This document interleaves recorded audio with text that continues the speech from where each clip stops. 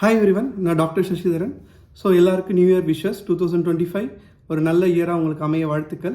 So இன்றைக்கி நம்ம டாபிக்குள்ளே போகலாம். இன்றைக்கி நம்ம பார்க்க போகிற மெடிக்கல் கண்டிஷன் என்னன்னா நிமோனியா. ஸோ நிறைய பேர் கேள்விப்பட்டிருப்பீங்க, உங்கள் ரிலேட்டிவ் யாராவது ஒருத்தவங்க ஹாஸ்பிட்டலில் அட்மிட் ஆகிருப்பாங்க, நிறைய சளி இருமல்லாம் இருந்திருக்கும். என்னன்னு கேட்டிருந்தீங்கன்னா நிமோனியா காய்ச்சலால் அட்மிட் ஆகிருக்காங்கன்னு சொல்லியிருப்பாங்க. பட் ஏன் இந்த நிமோனியா வருது, ஸோ என்னென்ன காரணங்கள் நிமோனியாக்குன்றதை பற்றி தான் இன்றைக்கி நம்ம பார்க்க போகிறோம். ஸோ மொதல் விஷயம், நிமோனியானா உங்கள் நுரையீரல், லங்ஸ் சொல்லுவோம், ஓகேங்களா. ஸோ உங்கள் நுரையீரல் ரெண்டு நுரையீரல் இருக்குது.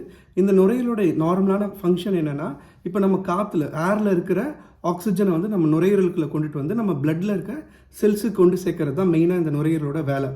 ஸோ இப்போ இந்த நுரையீரலில் இந்த காற்றுல இருக்க ஆக்சிஜன் டிரைவ் எடுக்கக்குள்ள அது கூடவே இந்த காற்றுலேயும் நிறையா பாக்டீரியா, வைரஸ், ஃபங்கை, அந்த மாதிரி நிறைய விஷயங்கள் இருக்கும், ஓகேங்களா. ஸோ நம்மளுடைய நோய் எதிர்ப்பு சக்தி நார்மலாக இருக்கக்குள்ள பெருசாக எந்த பிரச்சனையுமே வராது. பட் நம்ம இம்யூனிட்டி கொஞ்சம் வீக்காக இருக்குது, இல்லை வேறு ஏதாவது லோக்கல் காஸ் நுரையீரலில் இருக்குது, நுரையீரலில் வேறு ஏதோ ஒரு பிரச்சனை இருக்குது, அந்த மாதிரி இருக்கக்குள்ள இந்த நிமோனியா வர்றதுக்கான சான்ஸ் அதிகமாக இருக்குது. இந்த காற்றுல இருக்கிற பாக்டீரியாவோ, வைரஸோ, ஃபங்கையோ அது இந்த நுரையீரலுக்குள்ளே போகக்குள்ள அந்த நேரத்தில் அந்த இடத்துல தங்கி அது இன்ஃபெக்ஷனை உண்டாக்குனா அது நம்ம நிமோனியான்னு சொல்லுவோம், சரிங்களா.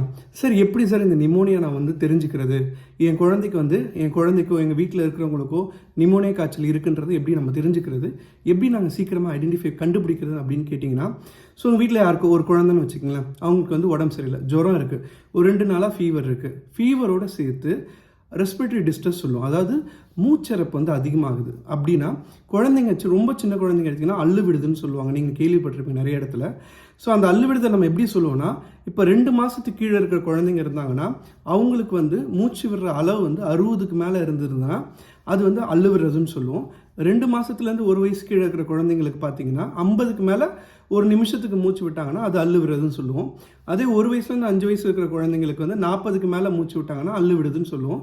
5 வயசுக்கு மேலே பார்த்தீங்கன்னா 30க்கு மேலே ஒரு நிமிஷத்துக்கு அவங்க மூச்சு இழுத்து விட்டுறாங்க, அது ரொம்ப அதிகமாக இருக்குன்னா அது நிமோனியான்ற ஸ்டேட்டில் வரும். பெரியவங்களுக்கு 22லேருந்து 25க்குள்ளே அதுக்கு மேலே இருந்தாலும் நம்ம நிமோனியாவாக இது பண்ணலாம். கூட ஃபீவர் கண்டிப்பாக இருக்கும். ஏன்னா நிமோனியாவில் பாக்டீரியோ, வைரஸோ நம்ம நுரையீரலுக்குள்ளே போகிறதுனால தானாகவே ஃபீவர் நார்மலாக வந்துடும் பேஷண்ட்ஸ்களுக்கு, ஓகேங்களா. ஸோ இந்த நிமோனியா எப்படி நம்ம தெரிஞ்சுக்கிறது அப்படின்றத நான் சொன்னேன். ஜுரம் அது கூட மூச்சரப்பு அதிகமாக இருந்ததுன்னா நிமோனியாவாக இருக்க சான்ஸ் நிறையா இருக்குது, அல்லது அள்ளு விடுறதுன்னு நம்ம சொல்லுவோம்.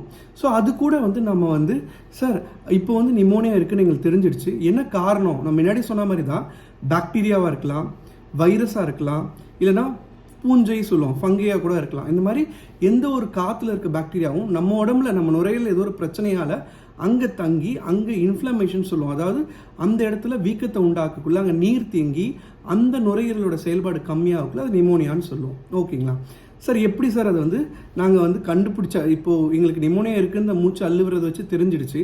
ஸோ அடுத்து நாங்கள் என்ன பண்ணுறது கேட்டிங்கன்னா, கண்டிப்பாக நிமோனியா இருக்கிற குழந்தைங்க எல்லாருமே நீங்கள் கண்டிப்பாக ஹாஸ்பிட்டல் கூப்பிட்டு வரணும், கண்டிப்பாக டாக்டர் பார்க்குற மாதிரி இருக்கும். ஏன்னா நிமோனியா அதோட சிவியாரிட்டிக்கு ஏற்ற மாதிரி ட்ரீட்மெண்ட் மாறும், ஓகேங்களா. ஸோ நீங்கள் ஹாஸ்பிட்டல் கூப்பிட்டு வந்ததுக்கப்புறம் உங்கள் டாக்டர் இந்த ஸ்ட்ரெத் வச்சு உங்கள் நுரையீரலில் செக் பண்ணி பார்ப்பாங்க.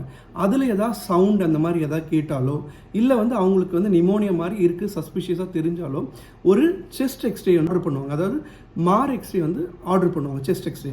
அந்த எக்ஸ்ரேயில் இப்போ நான் காமிக்கிற மாதிரி இந்த இடத்துல நுரையீரலில் ஏதாவது கன்சாலிடேஷன் சொல்லுவாங்க, அதாவது நீர் கோத்து இருக்குது, இல்லைனா நுரையீரலை சுற்றி எஃப்யூஷன் சொல்லுவாங்க, அந்த மாதிரி கலெக்ஷன் இருக்குது. ஸோ அந்த மாதிரிலாம் இருக்குன்னா நிமோனியா இருக்க சான்ஸ் ரொம்ப அதிகமாக இருக்குன்னு அர்த்தம், ஓகேங்களா. ஸோ அதை கன்ஃபார்ம் பண்ணதுக்கப்புறம் உங்களுக்கு மூச்சு விடுற பிரச்சனை ரொம்ப அதிகமாக இருக்குது, ஃபீவரோட ஜுரத்தோட அள்ளு அதிகமாக விடுதுன்னா கண்டிப்பாக நீங்கள் அட்மிஷன் பண்ணி ஐவி ஆன்டிபயோட்டிக் சொல்லுவாங்க, அந்த பாக்டீரியாவோ, வைரஸோ, இல்லை ஃபங்கையோ அந்த ஆர்கானிசத்துக்கு ஏற்ற ஆன்டிபயோட்டிக்கோ, ஆன்டிவைரலோ, ஆன்டிஃபங்கலோ உங்களுக்கு கண்டிப்பாக ட்ரீட்மெண்ட் கொடுக்குற மாதிரி இருக்கும். அதுவும் நரம்பூசி போட்டு ஐவி லைன் சொல்லுவாங்க. ஸோ நரம்பூசி வழியாக உங்களுக்கு இன்ஜெக்ஷன் குறிப்பிட்ட டியூரேஷன் இம்ப்ரூவ்மெண்ட்டுக்கு ஏற்ற மாதிரி இந்த ஆன்டிபயோட்டிக்கோ ஆன்டிவைரலோட டியூரேஷனும் மாறுற மாதிரி இருக்கும், ஓகேங்களா. சப்போஸ் உங்களை அவங்க செக் பண்ணுறாங்க, அந்தளவுக்கு நிமோனியா சிவியராக இல்லை, ஃபீவர் அந்தளவுக்கு இல்லை, அள்ளு விடுறது ரொம்ப பார்டர் லைனாக இருக்குன்னா இந்த மாதிரி மைல்டு நிமோனியா அல்லது நோ நிமோனியான்னு சொல்லுவாங்க. அது ஓபிடி, அதாவது உங்களுக்கு ஓரல் ஆன்டிபயோட்டிக் ஸ்டார்ட் பண்ணிவிட்டு நீங்கள் டெய்லியும் வீட்டுக்கு போயிட்டு காமிச்சிட்டு போயிட்டே இருக்கலாம். பட் ஆனால் மாடரேட் டு சிவியர் நிமோனியா இருக்குல்ல, கண்டிப்பாக நீங்கள் வந்து ஹாஸ்பிட்டலில் அட்மிட் ஆகுற மாதிரி இருக்கும். கூட நான் சொன்ன இந்த ஆன்டிபயோட்டிக்கோ ஆன்டிவைரலோ உங்கள் டாக்டர் உங்களோட கண்டிஷனுக்கு என்ன ரீசனாக இருக்குன்றத அவங்க டயக்னோஸ்டிக்ஸ் இல்லை பிளட் டெஸ்ட் கூட எடுக்கிற மாதிரி இருக்கும். எடுத்து அது மூலியமாக என்ன காரணம், என்ன ஆர்கானிசம் காரணன்றதை அவங்க ஆன்டிசிபேஷன் சொல்லுவாங்க. அதை எதிர்நோக்கி அவங்க அதுக்குரிய மருந்துகளை ஸ்டார்ட் பண்ணி நீங்கள் ஹாஸ்பிட்டலில் ஒரு at least minimum 3 to 5 days admission ஆகிற மாதிரி இருக்கும். அதுக்கப்புறம் நீங்கள் ரெக்கவரி ஆனதுக்கப்புறம் உங்களை டிஸ்சார்ஜ் பண்ணுற மாதிரி இருக்கும்.